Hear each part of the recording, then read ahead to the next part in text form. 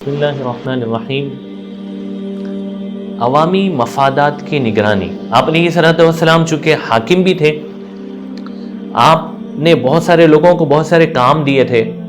کسی کو بازار کا کام تھا، کسی کو مسجد کا کام تھا، کسی کو زکوٰۃ وصول کرنے کا کام تھا، کسی کو بیت المال یعنی بینک کا کام تھا۔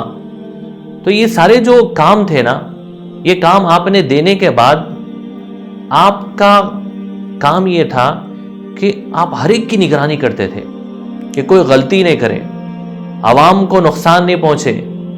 یہ جو یعنی جس کام کے ذمہ دار ہے، یہ پوری امانت داری کے ساتھ کام کرے۔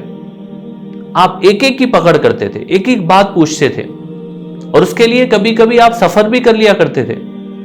آپ کبھی کبھی بازار چلے جاتے اور جا کر دیکھتے کہ کون بیچ رہا ہے، کون خرید رہا ہے، تو بیچنے والا کیسا بیچ رہا ہے۔ آپ علیہ الصلوۃ والسلام ایک دکان کے قریب گئے، مسلم شریف کی صحیح حدیث ہے، آپ نے ایک غلے میں ہاتھ ڈالا اسے، تو اندر سے کچا تھا۔ آپ نے بیچنے والے سے پوچھا کہ اوپر سوکھا اندر کچا کیوں؟ تو اس نے کہا کہ رات میں بارش ہوئی تو غلہ بھیگ گیا۔ تو آپ نے کہا کہ تو نے نیچے کا اوپر کیوں نہیں کیا، تاکہ دیکھنے والے سمجھ جاتے کہ یہ تو کچا ہے۔ اور پھر فرمایا من غش فلیس منا، جو دھوکہ دے ہم میں سے نہیں۔ اس حدیث کے اندر تشریح لکھنے والوں نے لکھا ہے کہ آپ کو ایسی فکر تھی کہ کوئی جو ہے دھوکہ نہیں دے کسی کو، کسی عوام کا نقصان نہیں ہو۔ اس لیے آپ جتنے یوں سمجھیے کہ جتنے ڈپارٹمنٹس تھے حکومت کے، اس زمانے کے آپ علیہ الصلوۃ والسلام کی حکومت کے جتنے ڈپارٹمنٹس تھے، وہ ہر ایک کی پرسنل آپ نگرانی کرتے تھے، ہر ایک کے بارے میں پوچھتے۔ ایک مرتبہ ایک صحابی آئے آپ علیہ الصلوۃ والسلام کے پاس اور کہا کہ میں نے زکوٰۃ وصول کرنے کے لیے گیا تھا، تو انہوں نے ایک ہدیہ بھی مجھے دیا ہے۔ تو آپ نے فرمایا کہ تمہارے لیے درست نہیں ہے، کیونکہ یہ تمہیں اس وجہ سے دیا گیا کہ تم اس عہدے پر ہو۔ تو آپ علیہ الصلوۃ والسلام نے منع کیا، اور آپ نے ہدایات دی ساروں کو کہ کسی پوسٹ پہ رہ کر وہاں سے ہدیے نہیں لیے جا سکتے۔ تو یہ جو ترغیبات ہے اور ہر ایک کی جو نگرانی ہے، ان کو اس لائن کی ہدایت ہے۔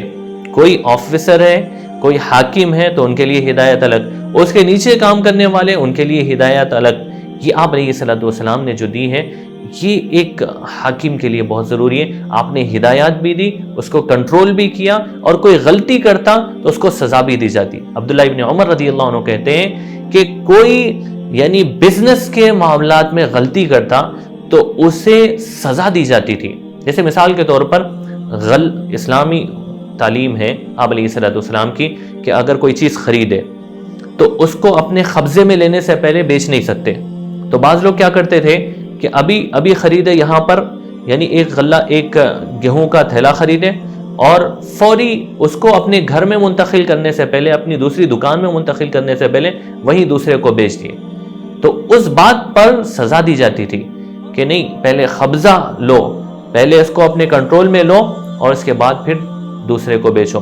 تو اگر کوئی غلطی کرتا تو ان کو سزا دی جاتی تھی۔ تو یہ ایک بہت اہم پوائنٹ ہے آپ علیہ الصلوۃ والسلام کی زندگی کا، کہ آپ نے عوام کے مفاد کے لیے، فائدے کے لیے، آپ نے جتنے محکمے تھے، جتنے ڈپارٹمنٹس تھے، ان کی نگرانی کی ہے، اور کسی کو غلطی کرنے کی اجازت نہیں دی ہے۔ اللہ رب العزت ان باتوں کو سمجھنے کی توفیق عطا فرمائے۔